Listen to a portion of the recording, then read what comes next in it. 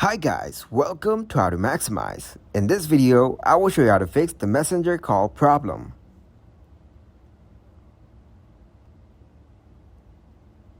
First, open your settings in your mobile device. Then scroll down and tap on General. Again, scroll down and tap on iPhone Storage. Scroll down and tap on Messenger. Here, tap on Offload App. Tap on the Offload app.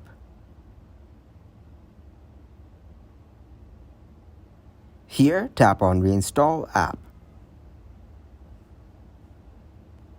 After that, open your App Store.